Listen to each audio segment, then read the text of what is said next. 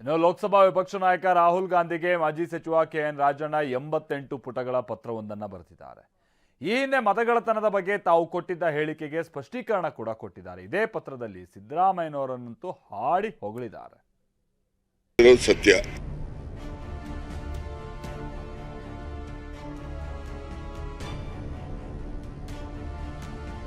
ರಾಹುಲ್ ಗಾಂಧಿಗೆ ಮಾಜಿ ಸಚಿವ ಕೆಎನ್ ರಾಜಣ್ಣ ಪತ್ರ. ಓಟ್ ಚೋರಿ, ಸಿಎಂ ಸಿದ್ದು ಪತ್ರದಲ್ಲಿ ಏನೇನಿದೆ? ರಾಜ್ಯದಲ್ಲಿನ ಕುರ್ಚಿ ಕಾಳಗದ ನಡುವೆ ಮಹತ್ವದ ಬೆಳವಣಿಗೆಯೊಂದು ಬೆಳಕಿಗೆ ಬಂದಿದೆ. ನವೆಂಬರ್ 17ನೇ ತಾರೀಖು ಮಾಜಿ ಸಚಿವ ಕೆಎನ್ ರಾಜಣ್ಣ ಲೋಕಸಭೆ ವಿಪಕ್ಷ ನಾಯಕ ರಾಹುಲ್ ಗಾಂಧಿಯವರಿಗೆ ಪತ್ರ ಬರೆದಿದ್ದಾರೆ. ಸುಮಾರು 8 ಪುಟಗಳ ಪತ್ರದಲ್ಲಿ ಓಟ್ ಚೋರಿ ಕುರಿತ ತಮ್ಮ ಹೇಳಿಕೆ, ಸಂಪುಟದಿಂದ ವಜಾ ಮಾಡಿರೋ ವಿಚಾರ, ಕೆಪಿಸಿಸಿ ಲೋಪ ಹಾಗೂ ಸಿದ್ದರಾಮಯ್ಯನವರ ಬಗ್ಗೆ ಸುದೀರ್ಘವಾಗಿ ಬರೆದಿದ್ದಾರೆ. ಮೊದಲಿಗೆ ಓಟ್ ಚೋರಿ ಬಗ್ಗೆ ನೋಡೋಣ. ರಾಹುಲ್ ಗಾಂಧಿ ಬೆಂಗಳೂರಿನ ಮಹದೇವಪುರ ಕ್ಷೇತ್ರದಲ್ಲಿ ಓಟ್ ಚೋರಿ ಅಭಿಯಾನ ನಡೆಸಿದ್ರು. ಆಗ ನಮ್ಮದೇ ಸರ್ಕಾರ ಆಡಳಿತದಲ್ಲಿತ್ತು, ನಮ್ಮ ಲೋಪವೂ ಇದೆ ಎನ್ನುವಂತೆ ಮಾತನಾಡಿದ್ದರು. ಈ ಬೆನ್ನಲ್ಲೇ ಸಚಿವ ಸಂಪುಟದಿಂದ ರಾಜಣ್ಣ ಅವರನ್ನ ಹೊರಗಟ್ಟಲಾಗಿತ್ತು. ಹಾಗಿದ್ರೆ ರಾಜಣ್ಣ ಅವತ್ತು ಹೇಳಿದ್ದೇನು ನೀವೇ ಕೇಳಿ.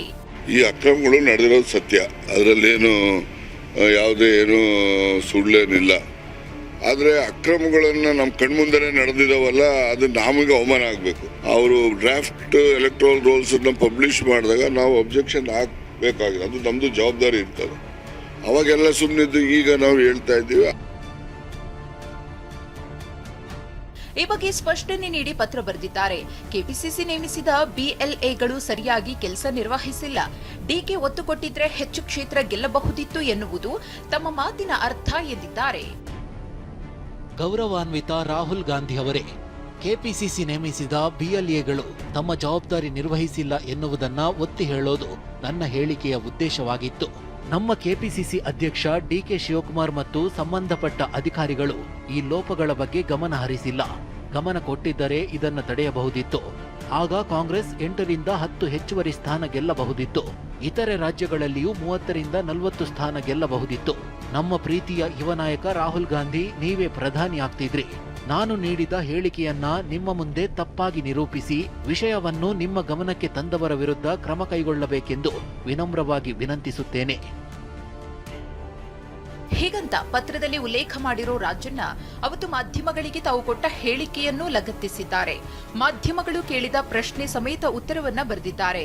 ಇದೇ ಪತ್ರದಲ್ಲಿ ಸಿಎಂ ಸಿದ್ದರಾಮಯ್ಯನವರನ್ನ ಹಾಡಿ ಹೊಗಳಿದ್ದಾರೆ. ಕುರ್ಚಿ ಚರ್ಚೆ ಹೊತ್ತಲ್ಲೇ ಸಿದ್ದು ಕುರಿತ ಉಲ್ಲೇಖ ಕುತೂಹಲ ಮೂಡಿಸಿದೆ. ಗೌರವಾನ್ವಿತ ರಾಹುಲ್ ಗಾಂಧಿ ಅವರೇ, 2013 ಮತ್ತು 2023ರಲ್ಲಿ ಅಹಿಂದ ನಾಯಕ ಸಿದ್ದರಾಮಯ್ಯ ಅವರ ನೇತೃತ್ವದಲ್ಲಿ ಕಾಂಗ್ರೆಸ್ ಅಧಿಕಾರಕ್ಕೆ ಬಂದಿದೆ.